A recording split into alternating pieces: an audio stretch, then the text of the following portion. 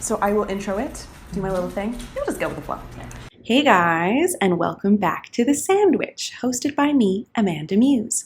And today I'm very excited because I have a special guest. You can't see her beautiful face, but I'm staring at it. And it's Sara. Hello. Hey. So Sara has an amazing Instagram account. You likely know her as The Bird's Papaya. There was a hot minute there where it was like Sara. The Bird's Papaya. Yeah. Ooh. Too soon, girl. Too soon. We're going to get into that. But Sara is such a bright, positive light on the internet. And when I found her, I was like, first of all, we need to be friends. And then we met. And I was like, oh my God, she's an extrovert. Like, you don't need extroverts in this space. And we're going to talk about what you create on Instagram. Mm-hmm. You are actually an Instagrammer, but you work full time. Yeah, I do. I'm one of the rare ones that still has their foot in both worlds. Mm-hmm. And a mom of 3. Yeah, that too. And you're getting married. And I'm getting married, and I'm in the midst of selling my house. So just a little bit of stuff. Yeah, just a little bit of stuff going on. And yet, cool. You are still able to inspire people and share a positive message on the internet. And so we're going to talk about all sorts of things. And if you're coming over from Sara's little place on the internet, I think you might be able to learn something new from me about her today. So let's jump into it.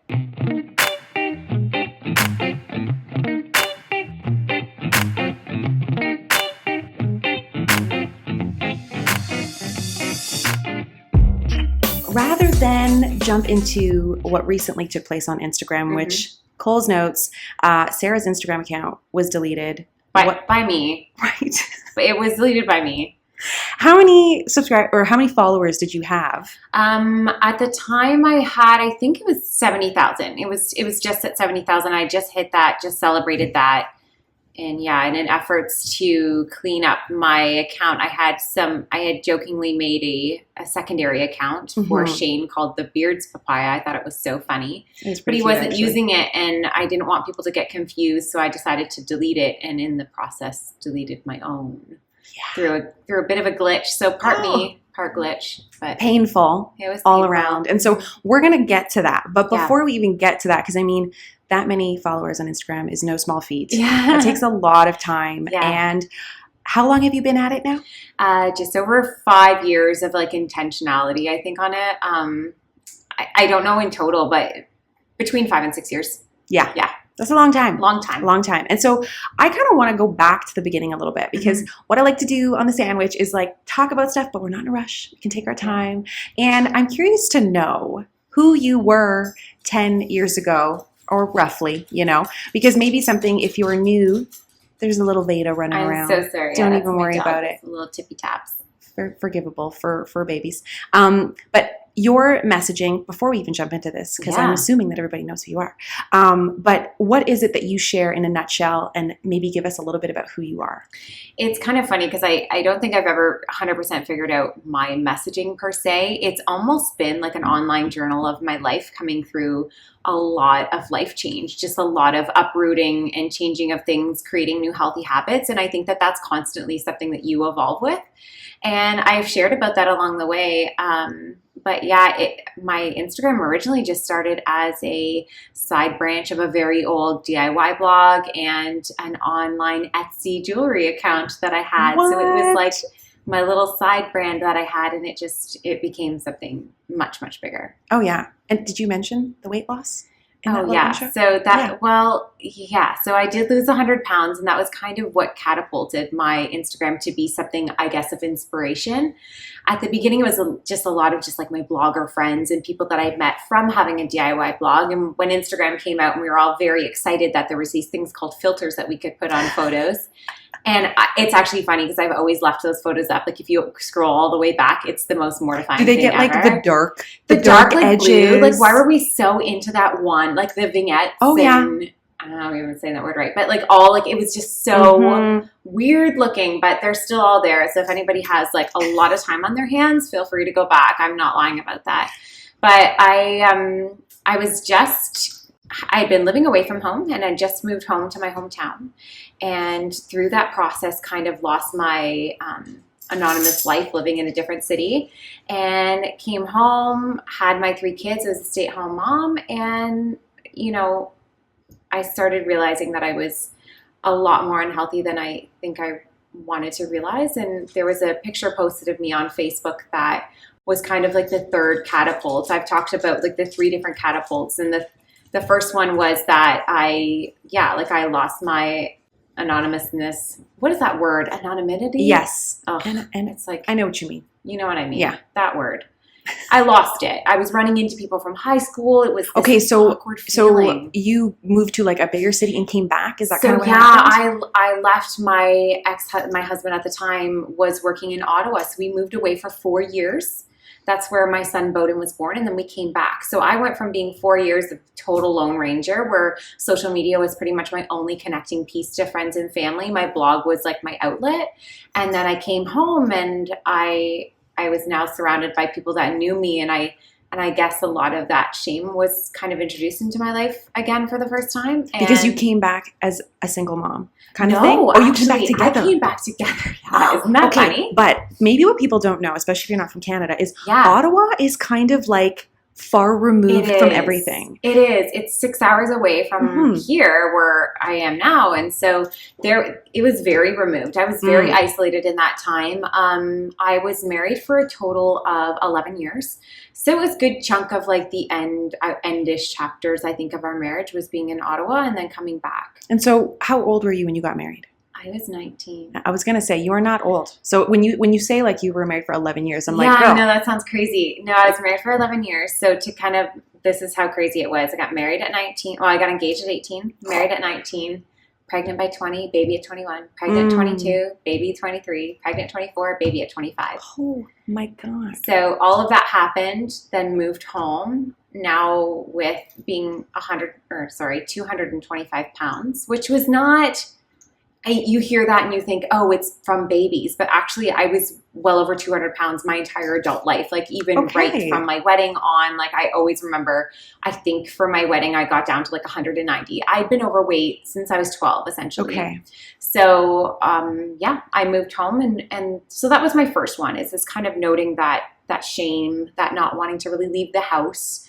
And then the next one was that I wasn't really wanting to participate in things with my kids. I didn't want to go swimming. I didn't want to go to the park. I was just very, very uncomfortable. And I recognized that, and I saw them kind of be sad about that, and it hit me. And the third and probably the biggest one, which is such like it sounds so shallow, but somebody posted this photo of me on Facebook, and it just was like this massive wake-up call. And I had no money. I was a stay-at-home mom. We had one car. I didn't have exercise clothes or any means to do anything, but I was just a lot of determination to try and to not have to have it all figured out. And so I just kind of started this process of paying attention and committing to exercise. And I think it was the first time I was like, oh, there's a lot more. You can't just like diet your way out of something, and you can't just like run all the time either. There was like this combination of how can I feed and fuel my body? So it was only through people noticing on social media that I had lost weight that triggered me to start sharing it a little bit. Okay. Yeah. So Instagram was more of this hobby. You weren't like, I'm losing weight, I'm going to share this. It was like, this is your lifestyle. Yeah. And then people were like, oh, hold on, girl. Like, how did you do that? What's happening? Yeah. Like, so I think the first time anybody even said boo to me, I had lost like 30, 40 pounds. I think one of the first posts I'd ever had, I had lost 40 pounds. And it also became this space where suddenly it wasn't just other bloggers I was finding like inspirational women online, other people who I felt I was connecting with that were also struggling to lose weight and all these things. So I was finding my community there, which was so cool. So this would have been what year? This would have been 5 years ago, almost. So 2013, I guess. Which I feel like was a time where people were really starting to recognize like what is going on in social media. Yes. Like they're coming back. Yes. Right. And they're like, why am I here again? Like this person is becoming like someone important to me, and I care about what their journey is. And then you start caring in return as the creator. I think so. And I think it took it away from being those kind of curated blog posts where you got maybe one a week from somebody that you loved into like their daily life. Right. So it was this, you think of Instagram stories now, like back at the beginning of Instagram, it felt like it was that engaged. Like you went from having nothing to a high level of engagement with these people at the time we didn't realize were our influencers. Mm-hmm. And I had one who was this workout mom in Toronto, and I really connected with her story a lot. She was a mom of 3 as well. She's known as Bikini Body Mommy. And I remember, and it's so funny, whenever somebody writes me an email now, I always remember the moment that I wrote her one. And I wrote her this email and I sent her a picture and I said, like, this is what you did for me because you offered these at-home workouts that I found on YouTube, and like, here's like what's happened. Like, my body's actually really changing, and like, thank you for what you do, right? And she shared my photo, and it just like, that was the first time that I was like, oh, whoa. And people started following me and kind of connecting the two of us together, and we kind of grew in this friendship. And throughout my weight loss, that maintained, and even to this day. So, you know, that was my first taste of that collaboration vibe, that like, holy, like you're not like this island. I wasn't figuring this out by yourself. It's for like, sure. And I know what you mean about when you first reach out to a person. I have a person like that on YouTube. I was sitting at my table in Malaysia, and this girl who's at like over 1 million subscribers now on YouTube had like 30,000 or 70,000. And I was like, hi, I'm an expat too. And when she replied, it was like, oh, you're real. Like, oh yeah, you're a real person kind of figuring this out as you go. And it also makes it almost seem like attainable, like it's a possibility that this could be a path. It humanizes and removes the walls, I think, of social media. And I think because I've been on that side of it, have always had that in the back of my head that, you know, when people write you and sometimes they write these very long messages, I'm just incredibly grateful that they felt that connection enough to write something that to me says I'm doing something right, that I'm putting myself out there in a way that people view me as a friend and not somebody who's behind some huge barrier. That's not the case all the time. But when it is, it's something I really, you know, take note of. So I find like there's 2 words. It's this aspirational thing versus inspirational. And I never want people to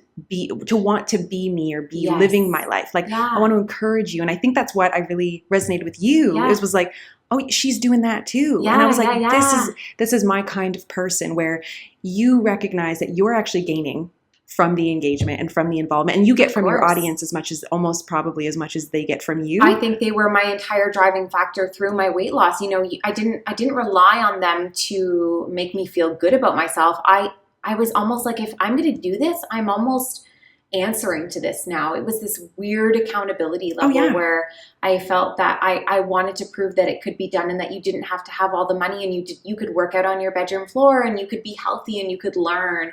And you could be someone with 0 experience who never went to the gym a day in their life, and you could still do this. And at the end of the day, I did. I lost 100 pounds in it, and it was crazy. And there was a couple, I think the biggest one would probably be Daily Mail. One day wrote me, actually a random journalist just wrote me and asked me some questions. And that's when Instagram really kind of hit the tipping point for me, where it went from this, you know, probably a strong, steady growth to, oh, wow, that just went 5,000 new followers in an hour. And it was just, oh my God. It felt insane. Looking back, that was probably 2 years ago now. And I think I hit like 10,000 followers at the time. And it was very cool. So it's a milestone. It's a milestone. And it's incredible to accomplish that. I remember when I first found you, you had the lilac hair with the lavender hair. Yeah. I was like, this girl with purple hair is so pretty. And I even talk about now, I'm like, I should dye my hair purple. I always talk about purple. I planned on going back to it too. And so I actually stripped back to blonde just in preparation for the wedding, because I was like, I want the perfect purple. And I've been living blonde for so long that I was like, I don't know. Like, is that even I can't even imagine anymore? You purple it's so anymore. Weird. It's so weird because it felt like that was such a huge part of my identity that I was like, people aren't even going to know who I am if I don't have purple hair. Right. But, you know, you come away from it. On brand. Yeah. Exactly. But I think what's nice is that you get to choose what that brand is, and you get to like, and I've learned that, move around within it. And I find Insta stories is a very unique thing in that I really resonate with video. Yes. I like to hear people talking. I like to see their mannerisms. Yeah. I like to see the silly things that people do. Mm-hmm. And I think it must have been when you started making videos, I was like, oh, this girl's like my buddy. Like I can like connect with her. And and I think there's a lot because, you know, when you look at somebody's feed, it often is curated. And I'm sorry, I love a good, pretty picture. That's like my jam. I love a good feed. But there's no texture to it. And oftentimes I am talking about something serious or something that's really hit my heart. I don't just like throw up jokes, right? But in real life, I'm a lot sillier and a lot more outgoing. And I think that it's kind of created that backbone texture for people to really get to know who I am behind the heart of a lot of my posts. Yes, there's a lot of things going on, and we're going to talk about some deep stuff, but I'm still like a regular person, and I'm kind of just love people, and human connection is like my favorite thing ever. So, and it shows that you are yourself in the videos. And I've always thought like people can put up a front and put on, a filter and have their feed be so damn perfect. But when you see someone in a video in real life, over time, you cannot hold up a facade for so long. And you know it too, because like, I think I said this to you the first time I met you. I was like, you're maybe one of the first people I've ever met from social media to real life that you are exactly who I thought you were going to be, because there is that level of, am I being genuine to who I really am? Because if somebody meets me in public, who am I? Like, I no longer have those filters and those little things that you can kind of create the facade of, like you said. And I've had that a couple times where I've met people I really looked up to, where I thought they were a certain way, and in real life they were like, oh God, disappointment, overload. Like, it's just like it was hard. And so whenever I meet somebody, I try and just be like, they have gotten to know me through me truly being me. And I think you're the exact same way, which is, it was so refreshing to meet you, because I feel like, exactly the same. Whoa, like girl crush. I was like, she's the same. When I see you doing those like silly things. Mine. And it's so sad that is the way it is, because because and I get why people are doing that, because it works. If you fill a void and you are consistently doing the same thing over and over and over again, and creating this illusion of perfection or whatever that illusion is, people follow it because they love it. People want that so bad. But I think it's very difficult to sustain that as a creator. Yes. And I feel like you are going to set yourself up for some difficult times ahead. Oh, for sure. When, girl, if you're just going to be yourself, you can document the highs and lows, and people feel this connection to you. Oh gosh, people have seen me cry over things that afterwards I was like, maybe it wasn't that big a deal, but at the time it felt like a lot. And I don't know. I think because I have built to me, it's not like a one-sided relationship. I spend, people look at people online and they think, oh, that must be so, what a life you have. You put up a photo and it takes no time and you document your life. And I'm like, about 3 hours a night I spend replying and connecting and being very intentional with my words and my thoughts and documenting them and writing them down. There's 2 to 3 hours a day that are just unpaid time. That's just like my own time, and that's time of connecting. So I don't view it as a one-way relationship. So when stuff goes down in my life, 100% you're going to see me cry about it, because I don't have the energy to keep up hiding that realistically, right? So, and then there's an element of like, if you were to just disappear for 12 hours, it's like, what happened? I did disappear. Did you?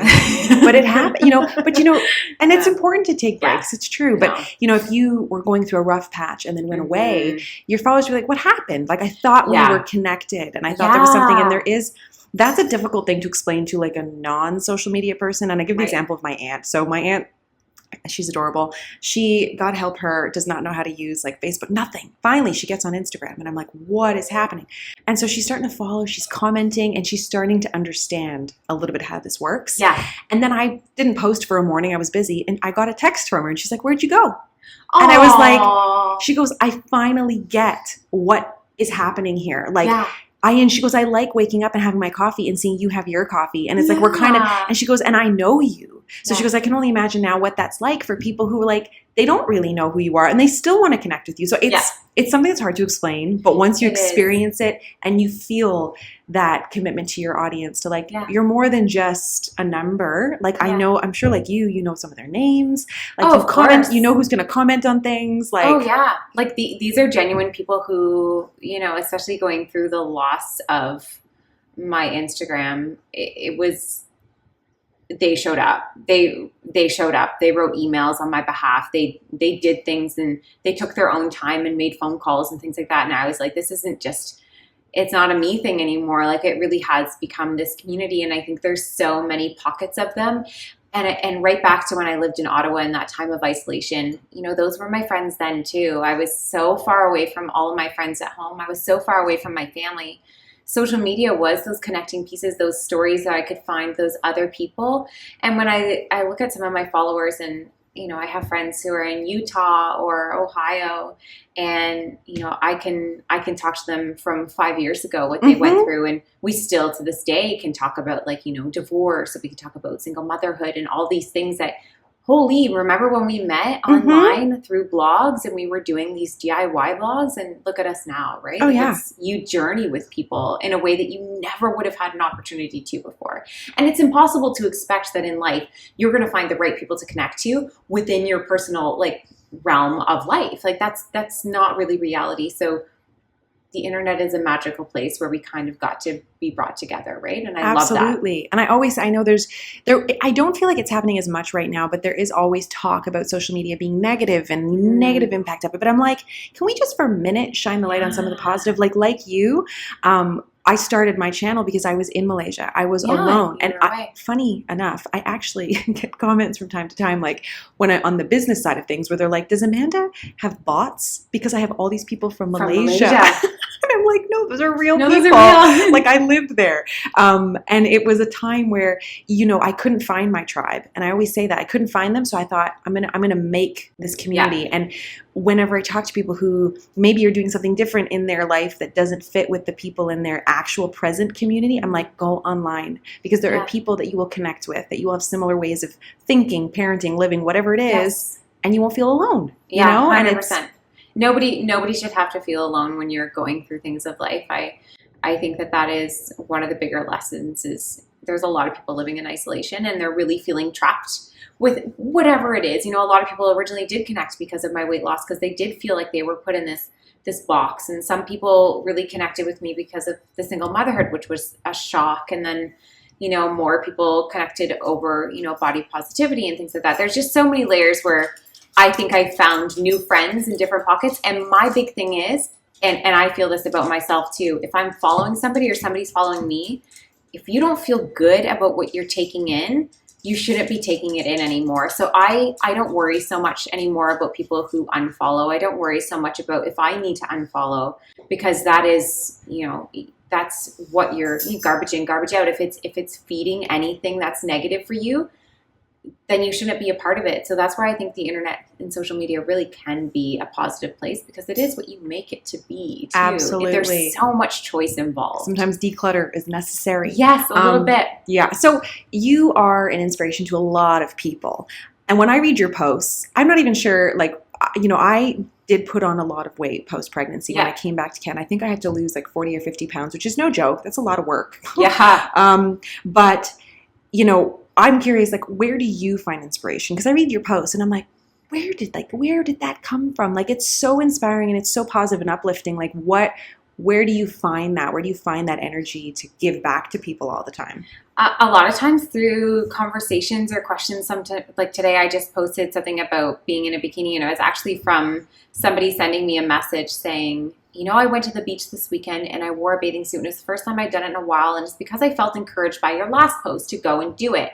And when I was there, I was shocked because there were so many women, and I thought it was going to be full of bikini body, well, anybody's bikini body, but these perfect bodies that you see all over Instagram. And instead it was like what she considered real women and people like her. And so it's like dad bod for life across the beaches these days. I know, but it was just this moment where I was like, yes, what's happening is that we're showing up. We're showing up to these places. Yes. We're showing up to the beach. We're no longer hiding and saying, oh, only this level of humans allowed to go do that. And so when she shared that with me, it just generated this thought and this process where I was like, we're showing up. This is what's happening. This is why it's changing. It's not that we're suddenly all have these bodies and we're talking about it. It's like, no, we always have. We've just been in hiding. Sorry, that's still my dog. But I think inspiration is everywhere. My brain has always been one of those that doesn't really shut off. A lot of my posts are written first thing in the morning because it's something that's been percolating all night long. Sometimes it'll be as simple as watching a children's movie or something like that. But a lot of times it's just life experience and going through different things and different conversations. But in terms of my own inspiration, I would be kidding if I didn't say it was from other people on social media as well. I think there's been quite a few that I've paid attention to. There's been everything from how I suddenly found myself very fascinated with, like I've talked about a little bit of flawed bodies. I used to be so obsessed with, looking so perfect. And suddenly I was like, gosh, cellulite is like really cool when you see it. Like when you, maybe because it's shocking. We're so used to seeing perfect. And now when you see like the cellulite on somebody or a stretch mark, you're like, damn, like that's that, you know fire. What? Like, yes. What is that? There's a girl I used to work with back in the day, like Licenza days. I was like 18 or something. She had the cutest little muffin top. I just loved her body. I was like, and she wore that bikini and she didn't give a shit. She was like, this is my body. Beautiful. And I think I love what you're saying because I just talked about in a recent episode, like I've started, maybe it's being in my 30s, God knows, but it's like I'm paying attention to who I'm following and I'm recognizing that I'm not 22.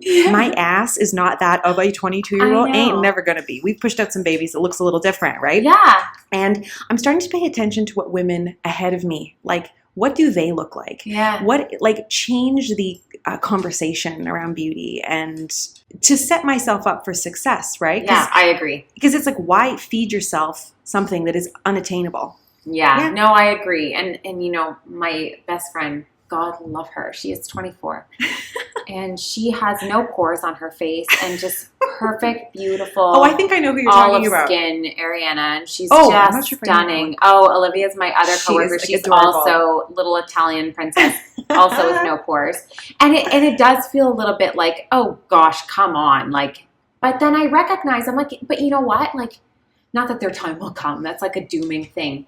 My body has done so much and it's gone through a lot more that I can't help but feel grateful at this point. I didn't feel grateful 2 years ago. At this point, I feel grateful because I look at my kids and I look at this life I built and I look at, you know, this man who thinks I'm stunning. And for some reason, I really thought that I had to hide my body for the next 50 years from him.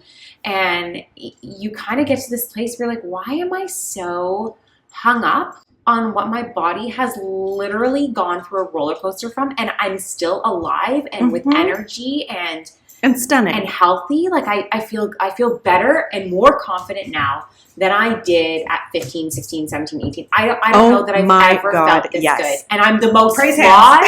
I am the most flawed I've ever been. Okay. Like you could argue that when I was heavier, I was, but in terms of like coming through that and loose skin and stretch marks and motherhood and all that stuff, I'm pretty much should be at my worst, but I'm at my best. And I feel like, amazing. Girl, I know, I feel fire. I'm just like... You are though, too. Like, I saw you that day. I was like, that is not you. Nuh-uh. You look good, but I was like, that's not you. I didn't even recognize you. But it's like, but I think there's something about coming through experiences and like, it's that gratitude and recognizing like what your body did. Does that mean we're going to love every day? No. Sometimes I put something on, I'm like, damn, those fit last summer. Whatever, put them away. And then I'm like, but then you have to remember, hold on, like, right, I have been working out more and my thighs are hulking out. So my jeans don't fit. That's so funny. And it's like perspective a little bit. And, you know, that confidence is so attractive. And I think that light and that confidence does more than just looking pretty in an Instagram photo, which we're starting to learn to realize. We are. It's angles and it's a lot. And I think everyone deserves to look and feel amazing. And you're always going to put up those pictures that give you those moments. But I think what the bigger thing is that people always look at body positivity as something where it's, oh, you have to accept your flaws and love them forever. Well, I just watched my mom lose 100 and close to 150 pounds and have a tummy tuck. And I'm just like, yes, girl, like you must feel so free from all of this that you've carried for so long. And I talk a lot about stretch marks and loose skin and stuff like that, but I'm also like, body positivity is all just like, you get to just own your body again. You get to relax into it. You get to make your own choices. I don't care what anybody else is doing with their bodies or what they're thinking and deciding for it. And I think that's such a huge message because I feel like I used to be a little bit judgmental or probably a lot judgmental.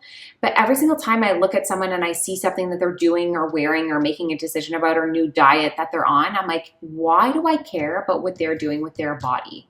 I would hate that if they were doing it to me. And so it's like that constant reminder of body positivity is just like, it's putting yourself into a place of being positive. Just be positive. You don't have to. Would I prefer a flat stomach that had no stretch marks? Yes, but I am not going to like lessen my worth because I have those. That's just where my body is, and it's because when you done say it a out loud, lot. that shit sounds crazy. It's It's hold insane. on, it's insane. And I love the word you use, like the decision that those people make, because that's something where, like, I used to follow a lot of fitness people, Yeah. and I was like, first of all, I'm never going to do enough squats to have an ass I don't like want that. to do that many Thank you. squats. I'm tired. Like, I've there never are liked shows to it. watch and like things to do Yeah. and like food to It's not eat where and my all these joy things. is. No. And I think that that's where maybe a little bit of life experience goes. Yes. We get to choose certain things, and it's where Mhm. you're going to put your energy. And maybe that means you're going to work out 3 times a week, and you're going to go for walks and have dinners and eat bread. I don't know. You know what I mean? Yes. Like, drink the glass of wine because it's enjoyable, Yeah. and you're being social, and to not limit yourself, but it's whatever you choose to do. It's the authority over your own body to make your own Absolutely. decisions for stuff. And I've lived in that restrictive world. I think especially when you're losing weight, there's always that laced fear where you know the stats in terms of like extreme weight loss. I think the stat is only 8% ever keep it off. Really? So try and live with that in the back of your head, and you're just like, if I do anything, I'm going to mess it up. So there was always that underlying fear, but I think as it's come along, I'm like, you know what? I live so healthy. I do a lot good, but I'm never going to be the person that loves to work out for an hour or say no to the glass of wine or not have that bite of chocolate. Like that's too restrictive. So there's that balance for me. And again, it's been my body and my choice. I realized that I could be a fitness person and go and do a bikini competition or something one day, but I don't want to. I Right. don't want to. I'm not there. I love people who do. I think it's so cool Oh, that yeah. they're that disciplined Yeah. and can do some really incredible things with their body. That's just not where my joy is. My joy is a lot more in living and in moments and in experience. And it used to be that food was like a crutch for that. I believe that I've come through food addiction. So it's almost like, if an alcoholic is recovering, you just give up alcohol. When you're recovering from food addiction, you change your relationship or you don't survive. So Absolutely. I really had to change how I looked at food. I couldn't look at it with fear and I couldn't look at it with comfort. So it was kind of finding that place in between. And I mean, that's what I talk about when I say that, my social media has been about a little bit of a journey and a diary, is because you can go back 5 years and probably hold things against me that are completely counteractive to what I would say now. And that's okay, because that was where I was then. And this is where I am now. There's a journey in between. Yeah, Absolutely. Everybody has permission to change. Sometimes- You're allowed. There have been YouTube videos I've made where I'm like, I may have spoken about this 3 years ago. My opinions may have changed. I didn't reference that video before filming this. We're just going to go with that, because you're right. People change. And I think that's to know that there is that fluidity and that we're allowed to grow in our space and learn. And it absolutely. So talking about all the positive things that come from it, have you dealt with negativity? Oh gosh, yeah. And how do you deal with that? Like, not necessarily to focus on what's said, but like, how do you deal with that emotionally? How do you deal with that in reality? Like, do you address the haters? Do you?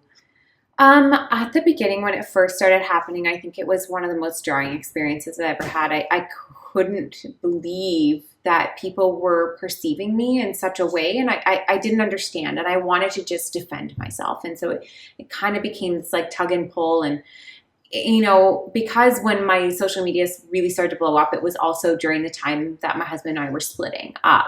And so there was a lot of, oh, I bet your husband left you. And I bet you thought you were too good for him now that you lost weight. And just so much mistruths and a lot of just, I had to get some real thick skin.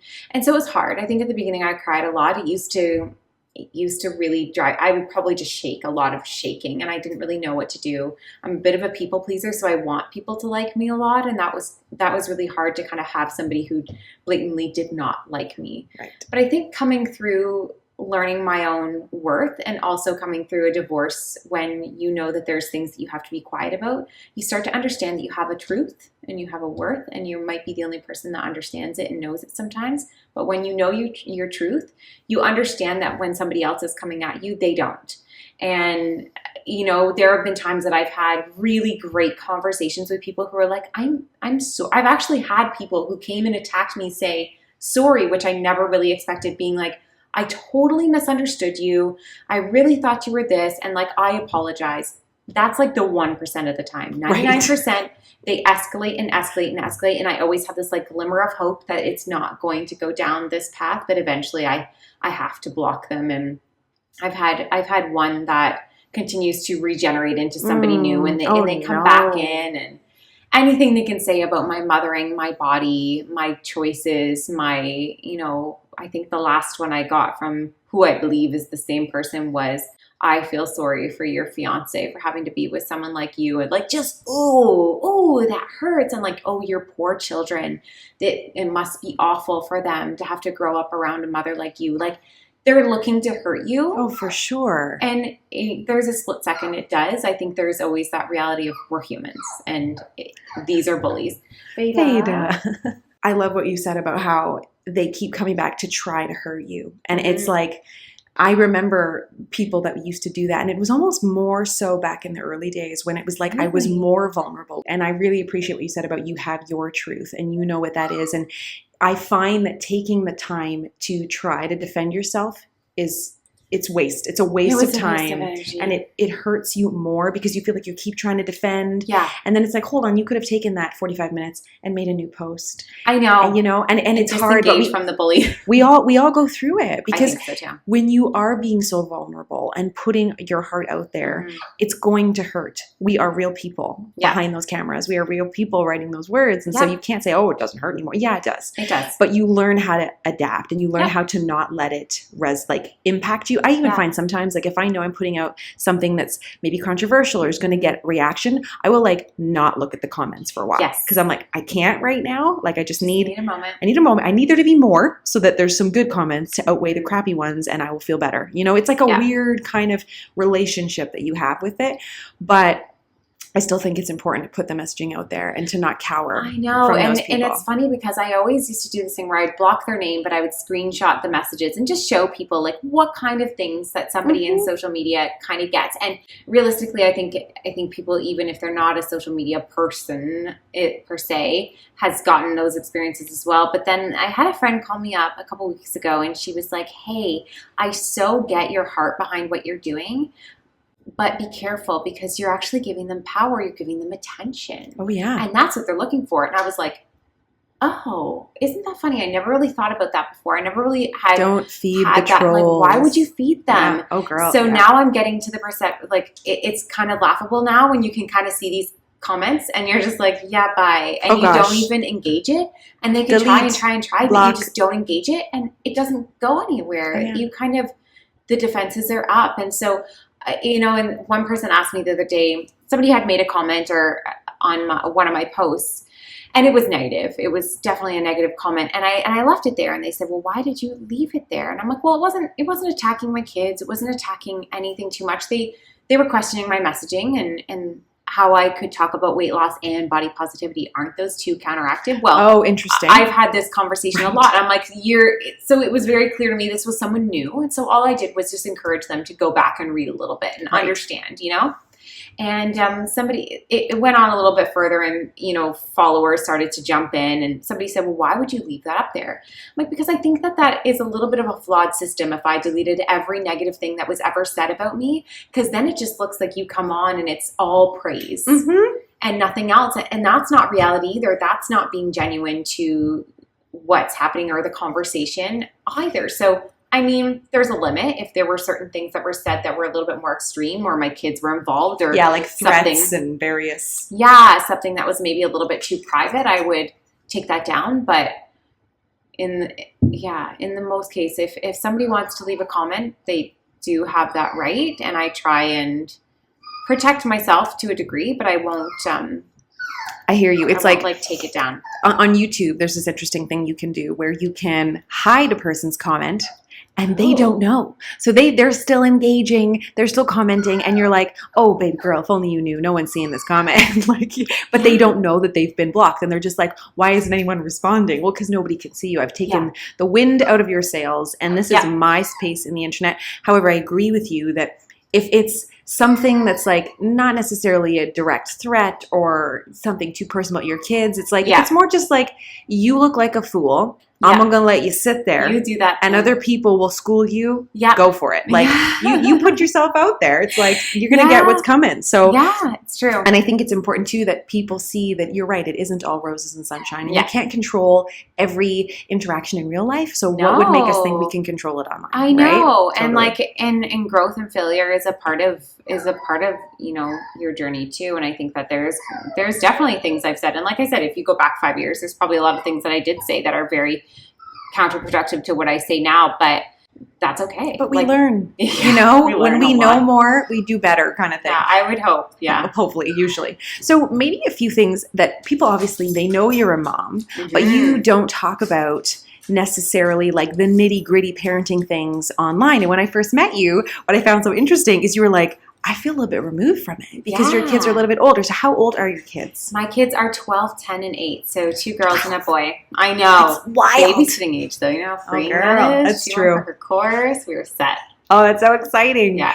And you, from Instagram, from the videos, you seem to have a very chill relationship with them. Obviously, you're the mom. Yeah. So you know that there's things that go down behind, you know, the closed doors kind of thing. You're not going to show every aspect of it, but you've been very good at setting boundaries and seeming like to be able to live your life, show that you're a mom, it's a priority. You know, how did you establish, do you have boundaries for one? How did you establish these things? Yeah, like what are your thoughts around your kids kind of being part of what you do? So it's kind of funny because when we did first meet, there is a bit of a weird gap between, you know, everyone sees toddlers and babies on Instagram and they're so popular. There's not a lot of like the school age kids. People aren't really that engaged in that audience. And it's kind of given me an opportunity to have a voice about it, but it's also given me the opportunity to talk to them about it. So what a lot of people will see is often my son is up and he's on everything, but he loves it. And what people don't realize is I ask them permission. They have full rights. They know what's going on.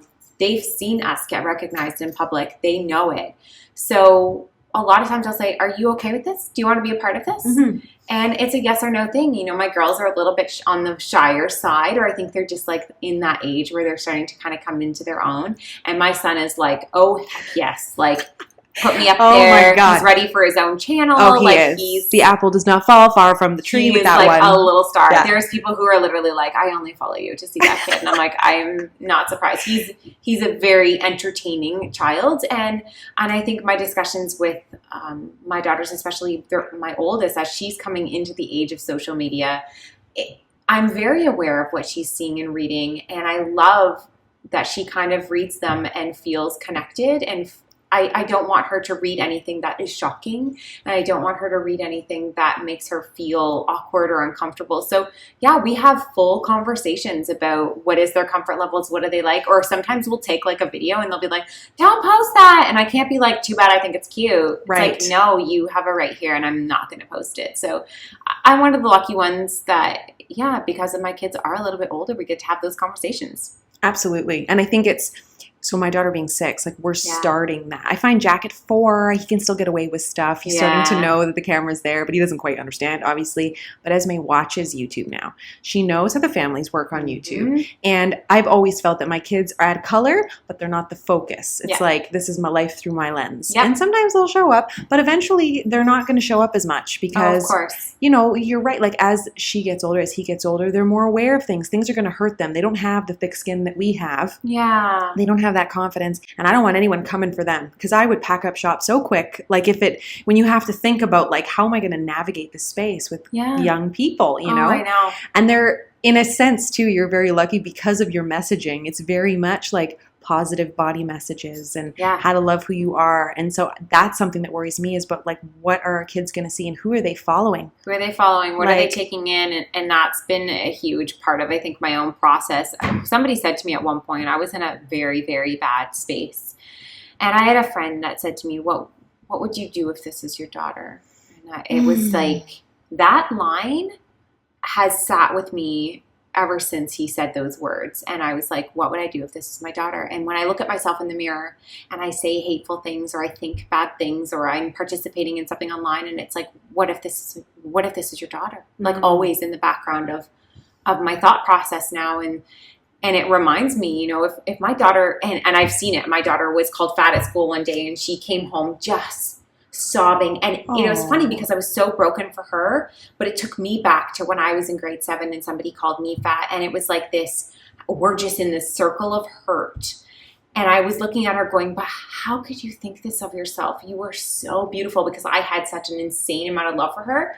And then the next day I saw myself doing it to myself. And it's such a wake-up call, right? Like when you start to kind of process, you know, your children versus you, and like how could you love them so much and not give yourself that same credit. But yeah, it's been important to me to kind of create this space and those conversations with them where they really do feel widely accepted in who they are as people. We've had, my kids are incredible beings. I have to tell you the story. So my daughter has this friend at school who is actually transgender, which is, you know, kind of controversial thing, even in this age. Oh, even still. So. Mm-hmm. And so, you know, I caught wind of this through, you know, she told me, and I heard it from some other parents. And so I was like, listen, I sat them all down and I was like, listen, here's what's going on. I don't want to hear anything come out of your mouths or hear you're participating in anything of hate or like not being accepting. I want you guys to, if you see any bullying going on, I want you to be the forefront people to kind of step in and be the game changers here. Oh yeah. This is so important. This is going to change this kid's life. And they're all just looking at me with these faces. And I was like, okay, what do you have to say? After I've had this like really like massive speech, right? It was Oscar worthy. They're like, Mom, nobody cares. And I was like, what do you mean? They're like, well, nobody cares. And I was like, what do you mean nobody cares? They're like, well, all the girls just donated a bunch of clothes to her. And, you know, sometimes we make mistakes of saying him instead of her, but you know, nobody cares. They're like, plus there's like 2 other kids who have already come out as gay and like, nobody cares. And I was like, yay. Oh, okay, never mind then. But I was like, what a difference in the world. And so like, you really think about your messaging in the sense of how, not even how is it going to impact me and my kids, but how am I going to impact them to impact as they go forward, right? Totally. And they're in a totally different game space than we ever have been. And I think that they're coming into a totally different perspective on, social media and like how to be a human. I don't know that I had those same opportunities. No. Oh Lord. Just today I had a conversation with Esme. She was coming home from gymnastics, like day 2 of summer camp. Yeah. And she goes, Mom, and it's amazing the way they're able to articulate their feelings too. And it's like, she goes, Mom, I didn't feel very cool. And I was like, and I'm like, I need to fix this. Like your instinct is like, gotta fix it right now. You are so cool. I'm like, what are you talking about? And I was like, we need to talk to your dad, because Dean is so good at those conversations. I get a little bit emotional, Mama Bear sit you. But it's, you know, it's having those conversations in a way that makes sense to them too. Like what you're saying, they're growing up in a time where things that mattered to our generation they don't bat an eye at it. You know what I mean? And it's like, oh, right. It's no big deal. There's a transgendered kid in grade 2 in this school. And it's like, there's no big deal. It's like, what now? Like, I don't have to explain anything. You got this. Got it. Cool. But then they have to go through this, a different realm of, they're going to grow up with, you know, we had ex-boyfriends in high school and we broke up with them. We only got like hearsay of what's going on. They're going to have to go through like watching that on social media and like all that jazz. That part I'm not so much looking forward to. But I think the rest so far has been an interesting journey. I think it just has created a lot of discussion, and I love that. I think as people, we've created a lot more discussion, and it's created a lot more growth as individuals, I would hope. Yes. Sometimes there's like debating, an openness, right? Yeah. Like you're able to have these discussions because maybe you could pull up someone on Instagram that has these values and be like, here's an example. Like, let's look at this together. I feel so validated, or, you know, I feel connected. My oldest daughter is very, very smart, but she also has a very interesting taste in things that I don't understand. Like I don't understand her. Like I really didn't. She was like that 2-year-old that did like 1,000-piece puzzles. And I was like, what? How did they? I feel like you must have gotten switched at birth. Like I don't get that at all. Like I would just literally look at her all the time and be like, I don't get it. Like she's just a whiz. But she has such an artistic mind and very mathematical, and she loves like Japanese anime. And I'm like, I don't know how to even connect with you on that. I've never watched it in my life. Like maybe watched an episode of Sailor Moon. Right. And I don't even know if that counts. But she's finding people online and like animators and like all of these like YouTubers and stuff that I'm like, and she's not alone. She's not alone. She's finding her people in this big wide world.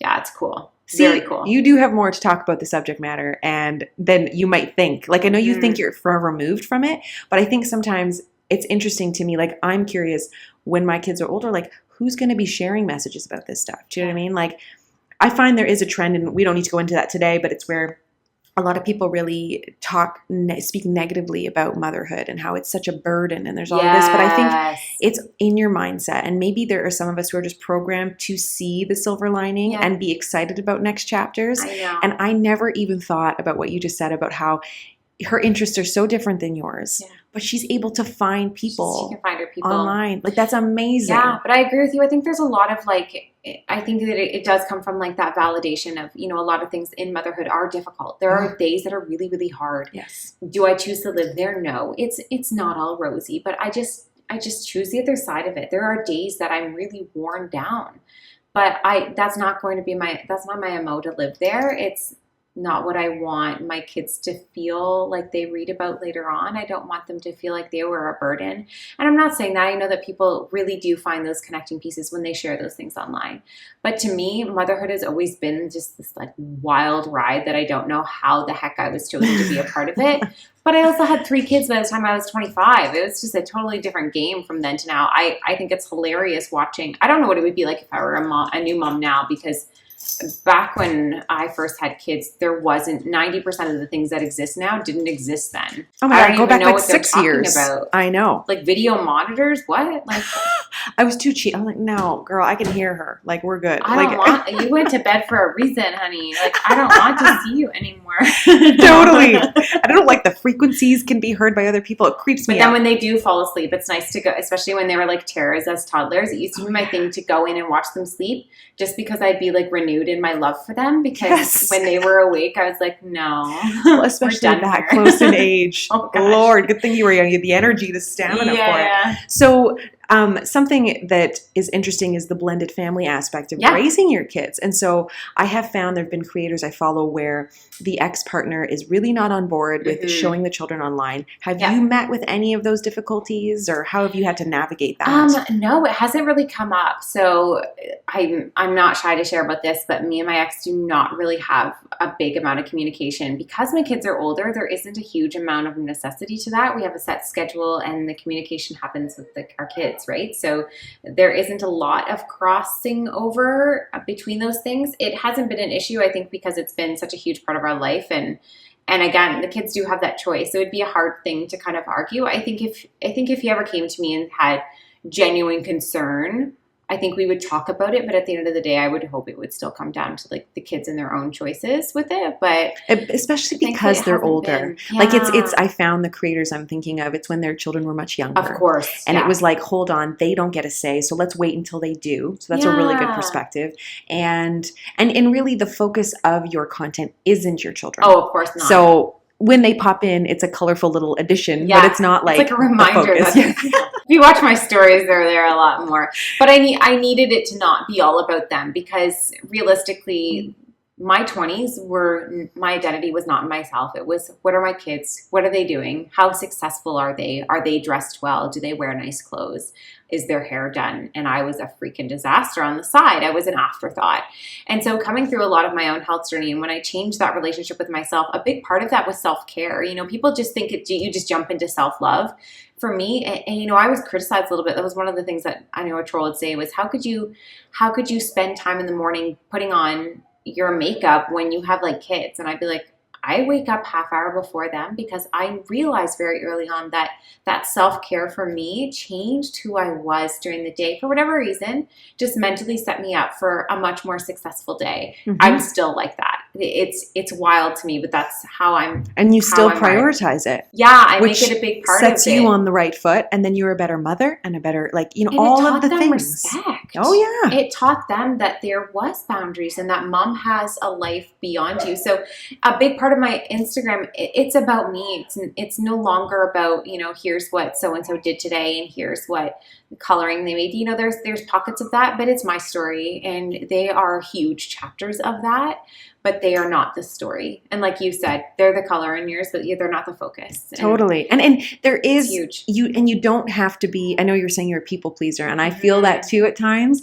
but you don't have to be everything to everybody. Yeah. You know, like you can fill, and that's something I think you do very well, is that you know your strengths and you know the topics you want to cover. Yeah. And there's a variety of them, Yeah. but you really stick to what's in your wheelhouse. Yeah. And I think what's great about that is when you are niched a little bit in that sense, like you're good at what you do. And so you're able to provide like quality content that you put out there, and it resonates with people, and people are obviously enjoying it because they're sticking around and following. So it's like, and I think it's so important to have people, and I share this too, where I feel like it's okay to fall deep and fall hard in love with your children, and you get lost in it.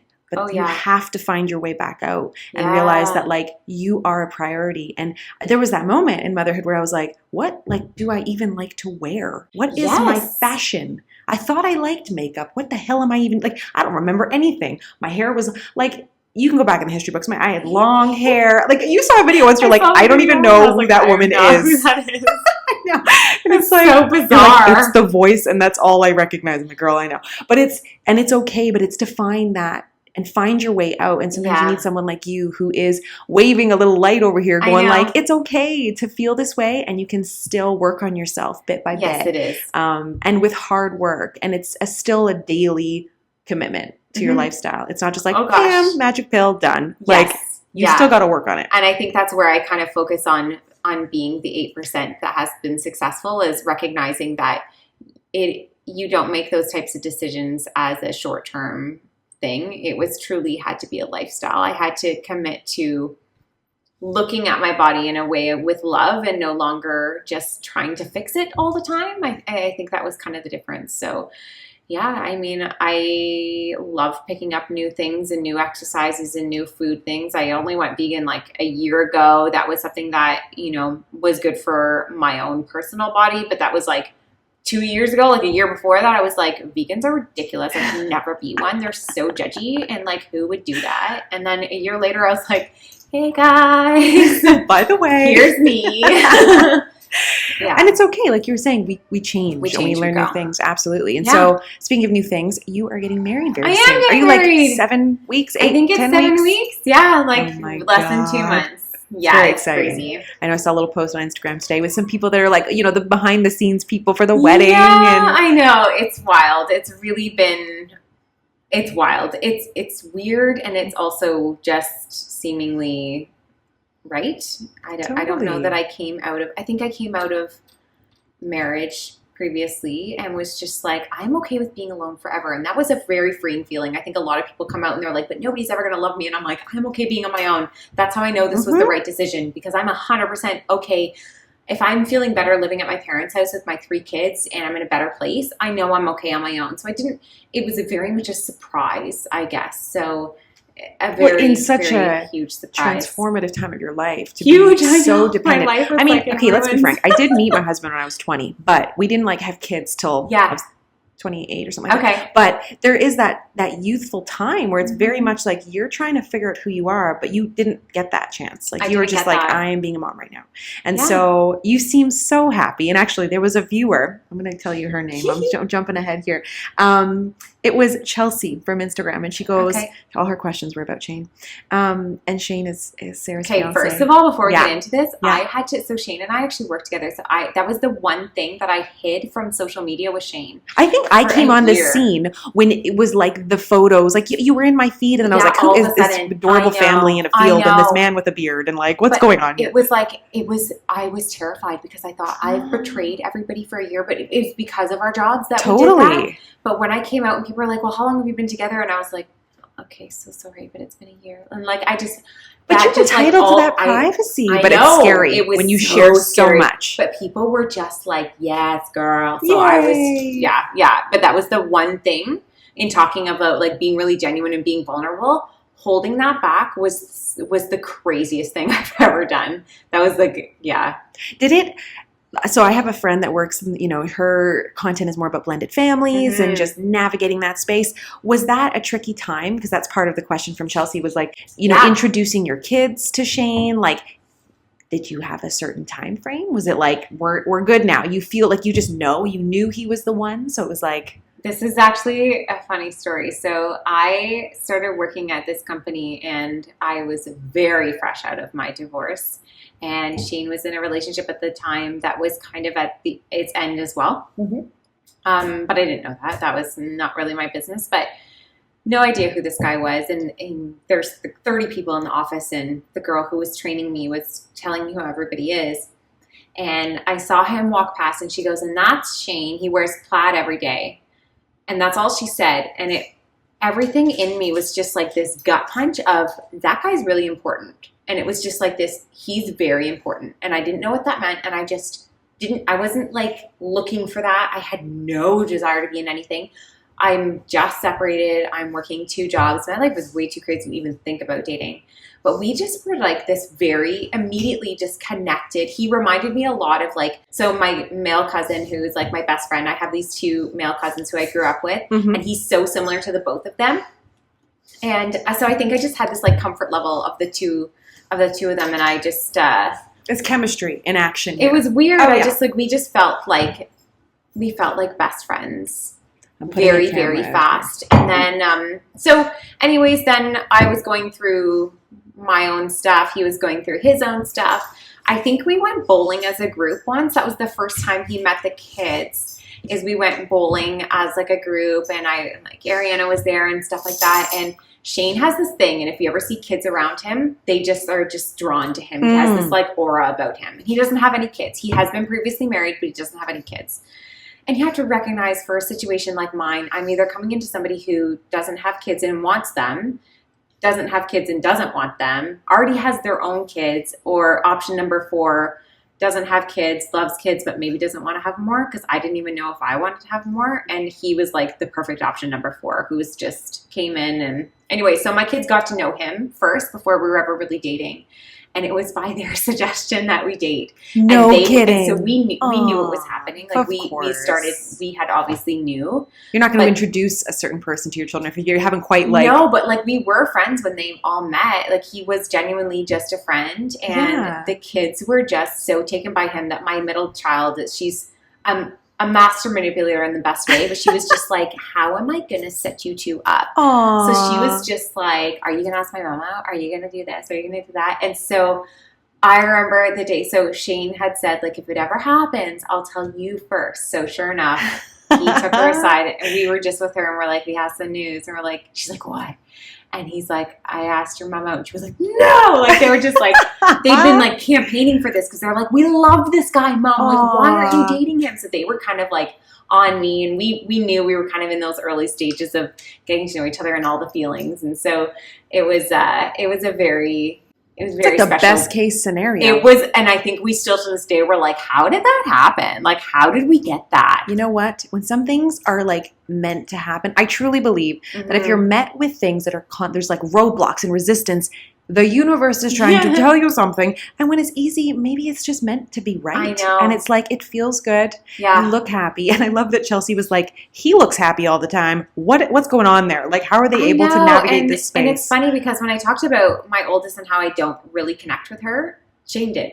And the 2 of them have a very similar mind. He came in and he brought computers, and they started playing games and stuff that they knew, and he did the same with the other 2, and like had all these little connecting factors with them that I could never really offer.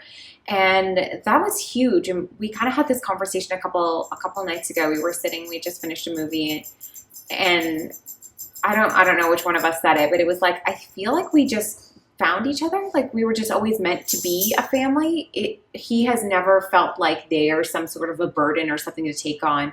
There was a moment where I can remember, because you know how you have those like moments that burn into you forever. And I was walking up the stairs, and he goes, I really love them, you know. And I was like, what? And he was like, I think I fell in love with them. Aww. And I was like, Shane. And he was like, if anything ever happens, because we've read all the articles. We know secondary breakups are way worse than a divorce of parents. They're actually harder, because you never see that person again. They're gone. So he's like, if anything happens, I'll be there. Like I'll be there forever for them. And I was like, okay. And it just took so much weight off of me. I no longer. You're a package deal. Like, But it's not just you. Yeah, and it gave me my choice back again. Not that I had lost it, but there was a lot of pressure when you're dating somebody that your kids are in love with, where you're like, Right. ooh, this better work.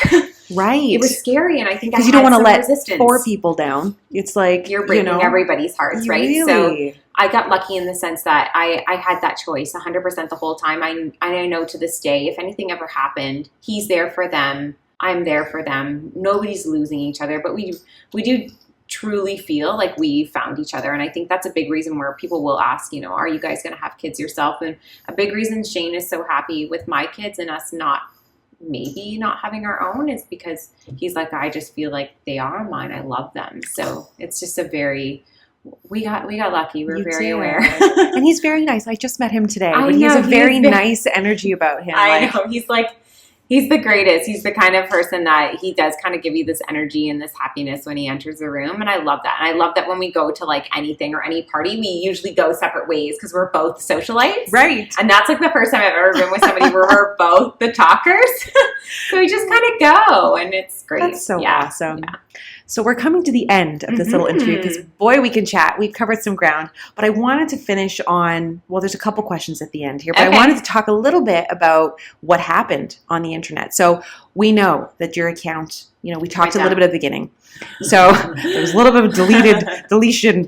What's the word? It was chaos. All of a sudden your account disappeared and it was pure chaos. And your people, your audience really rallied together. Yeah. You started a new account because you were like, what's happening? Instagram, we're not going to throw it under the bus, but I'm seeing things on Twitter where this is happening. People's accounts are getting hacked. They're getting deleted and nobody knows how to get them back. And so somehow by some miracle of life, you know, with people in good places, your account was able to get switched around. But when we were talking after that all happened, you know, you had mentioned to me that you sort of say you're like this phoenix, right? You know, and you feel that. Yeah. So, you know, is there something that you realized was important once this Instagram account was lost that you learned? Like, give me that in a nutshell. I think my biggest thing is my initial shock was, oh crap, there goes the followers. Right. And the other thing was that was 5 years of work that's gone. And so there's these layers of, oh no, oh no, oh no, oh no. And then I just started to mourn every word I ever wrote and the fact that I couldn't find them again. Right. That was, I think, probably the most heartbreaking was that even the post I had written the day before, I was like, no. Like I read, sometimes this sounds so silly, but sometimes I read them back because I just like love to be reminded. It was like everything was deleted. And I was shocked at that. And so when it did come back, and which was definitely a shock, I was told it was never going to happen. And I knew from having some chats with the support at Facebook that there was probably 48 hours. It came back at hour 45. So I was very aware that this was a huge, massive stroke of good luck and good people behind me. That said, I'm coming back. I kind of had this renewed energy of what I'm doing is important and what I'm doing matters. And I better be serious, like and not in a bad way, in a really, really good way. So I had my first post of like, yeah, I'm back. And then my one after that, I was like, you know what, screw it. We're doing this. We're doing the one thing that I've like really hidden. And that's like my stomach in the most real sense. I've showed my stretch marks. We've talked about them before. It's been shown on other things, but not like, let's pull that skin together and show what a real body after weight loss, after all of these things, and be okay with it. So could you be more vulnerable? I don't think so. For me, that was as big as it got. Oh, absolutely. And so I handed my daughter a camera and I said, I want to do something. I want to show love on my stomach. And she was like, Mom, you got to hold your hands like this. And she taught me how to, was it this? The heart. Yeah. So you got to hold your hands like this. And I'm going to take the picture. So I did it and I held my hand like this and I took the picture. And I already had, like I had talked about before, I'd already kind of written it in my head. I knew what I was going to say. I knew what I had to say. And I put it out there. And I think that post, out of everything that I've written in all the years I've written it, was probably the one that I was like, that was the most vulnerable I've ever done. And my words were everything I meant them to be. My own, Self magazine actually came to me. That I was actually published in a bunch of different online magazines like Today, which was really, really cool. Very exciting day. Very crazy. And it all kind of came from that one post. And that's not to say like when you put yourself out there for that, good things come. It was just that it really did connect. But, Self Magazine, they said to me, can we credit the photographer? And I was like, it was my 10-year-old daughter. And like, how cool that like she stood there like, yes, this looks good. Let's take a picture. She wasn't like, ew, mom. She was like, yes. Like my kids think my stomach's the coolest thing ever. I bet my son is always like, your skin is so much fun. And I was like, stop doing that. But they think it's so cool. And so it's just this moment where I was able to kind of put it out there, and it was very, very vulnerable. And it did feel like a little bit of that Phoenix rising. Like if I'm going to come back, this isn't just like a Mickey Mouse game anymore. What I'm doing is valuable and important. And my words, for the first time, I think I considered myself a writer.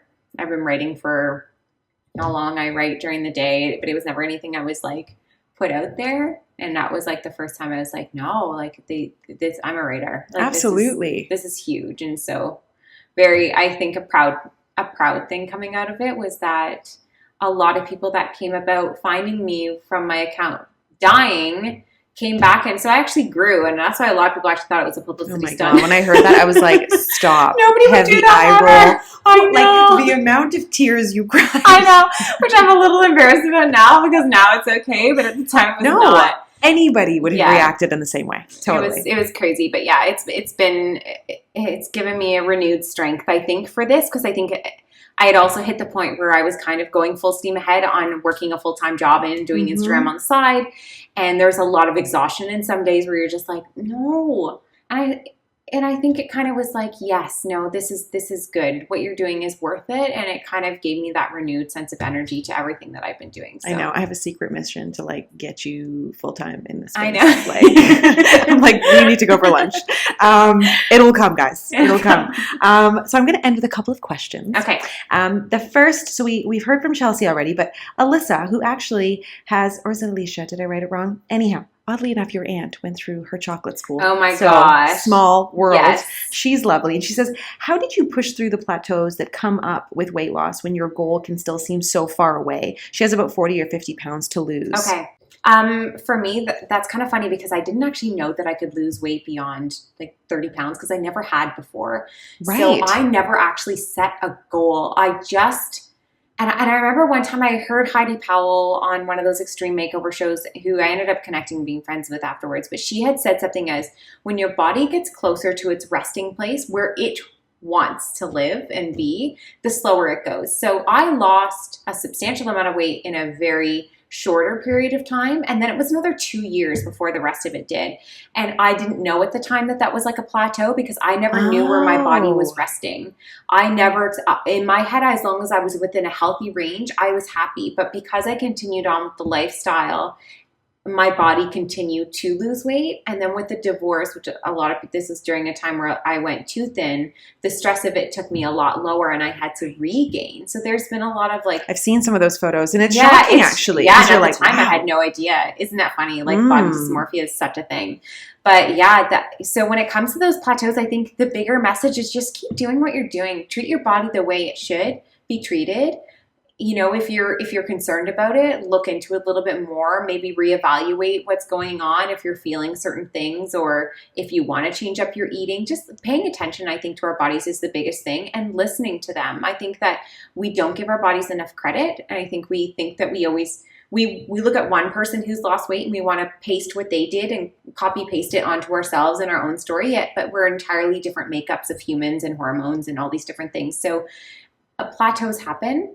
But the bigger picture is just to find your own resting weight and find where your body is going to live and stay and be okay with that. Such good advice, because it's true when you are comparing yourself to different heights, different genetics, different backgrounds, like we are built so different.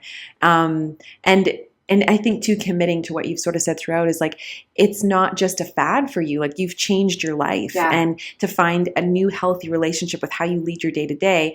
And maybe it takes a little longer for you to get where you're going, but like you're going to get there in the long run. That's a good one. Let's see. Monica was wondering, kind of back to the blended family life, like in general, she was asking about it, but what do you find is working and has been easy? And I know we talked a little bit about this, and maybe what did you have to work at a little bit? I think the biggest thing having to has been easy has been the social stuff. I've loved being with somebody who loves to go out and loves to do activities. That was always kind of something I never really got to do before. Not in a bad way. We just weren't a family that had a lot. And so in the past, we only had one car and there was just not the money to do those types of things. And I think that it's been nice to have somebody who is so excited about, like Shane's the most ridiculously excited person about Christmas and like doing things with kids. I remember, even when we were first dating and it was the kid's last day of school and he was just like all about how can we make this like the best day for them. He was just so in it. And so that was really cool. That's the part that works is being with somebody who really enjoys the social part of being a parent. And then the other side, I would say the harder one is just getting to know, I think learning to co-parent a little bit in the sense of he is somebody of authority. I'm somebody of authority. Sometimes we differ on that. Kids are messy. He hasn't lived with kids before. Right. That is new and different, and we're kind of not even there yet. But even just because we spend so much time together, I mean, kids leave dishes like everywhere. Oh, yeah. I found a dried up apple one time in Bo's drawer. I don't know how many years ago that was there. Like, there's just weird things that kids do. And because you grow with them, you're just like, oh, it's whatever. I'm like, oh, that's just Bo. He's probably making potpourri. I don't know. But like for him, he's like, what the heck? You can't let him do that. And I'm just like, well, why? Yeah, like there's an apple. It's like, but it was introducing a new voice and opinion into parenting. I have a tremendous amount of respect for him, but there were some moments where I kind of had that knee-jerk reaction of, they're my kids. I get to do what I want. I have a stepdad, and they were married when I was 10. I remember it being like, we've spoken now, being grown up, and I'm like, not sure that we did that all that well, back then. And now there's so much more information and resources. Yeah. So like, praise hands to all those people talking about co-parenting and blended families, because it's such a great resource when you're in those moments and you're like, hold on, I've been parenting and doing this solo for this long and it works. Like, how do I now bring this person in? Like, and it's part of the relationship. So it is. Yeah. It does become a lot of your conversations in your relationship. And I think it made us a lot more serious and intentional in our relationship right from the beginning. You can't mess around. Totally. And I think what we'll do is we'll end on one last thing is, if there were any words of wisdom that you would want to pass on to someone who maybe was you 10 years ago, what would you say? I would say to just not overcomplicate things. Just try, and I would start at the self-care. Just pay attention. That's one of my biggest pieces of advice. Just start paying attention to what it is that you love. What drives you? When there's always those moments, and I don't think we always pay attention to them. For me, it used to be like that moment you were leaving a salon, or I loved when I was pregnant. I loved all of these little things, or like when somebody took a picture of me that I really loved. It drove me to, I think, a different perspective of myself, and just like that, those little things that actually drove me to feel confident. And so, if I could go back even to myself 10 years ago, I would just pay attention, just get to know you. Stop getting so lost in everything else and stop overcomplicating everything. You don't have to have everything figured out. You can go day by day with things, and it's okay to forgive yourself for doing something crappy yesterday and picking up where you left off today. Like it's so much less complicated than we make it. And I think a lot of the roadblocks are just simply in our minds, and we have created them, we have built them, and we are the ones that can take them down. Yeah. So good. This was so great. I know. I feel like we went on forever. I don't know how long your normal podcasts are. Oh, no, this is good. For the special people, we go longer. Yeah. Well, thank you so much for being a part of this today. Thank you. For everyone listening, by the way, you can find Sara on Instagram at @TheBirdsPapaya. Now, you did tell me you blogged a little bit. Yes, I did. Do we want to direct people that way, or do we want to just stick with I don't even have. It's funny. I actually had thebirdsPapaya.com years ago, and I didn't renew the domain in time. If you're ever been a blogger, don't ever forget that renewal, because I'll never get it back. It's like $6,000 for me to buy it back or something silly. So I do have one called birdspapaya.com, but it just is pretty much a landing page. It's going to be part of my plan B when I know. Go full time. One of these days, my Instagram captions will go longer, and there'll actually be a blog post with them. But can I be honest? I I've never been a consumer of blogs. It's just not my bag. No, I don't do it a lot either. I love, like, I'll read the occasional one because there's a few people I love and adore who blog, but I love the quickness of Instagram. Yeah, I love, me too. but yet your posts are long, and I'm Mine like, are long. and I like that works for me. I love the Insta stories. I love the video, and you Yeah. will love Sarah's Instagram. So go check it out. Go support it. As always, thank you so much for listening. I would love it if you could rate this podcast. So head over to iTunes, check it out on the app, leave me a rating. Let me know that you love it. If you don't love it, email me. That'd be way better. Let me know what you're not loving. And tune in next Thursday for a brand new episode. Thanks, guys. Bye.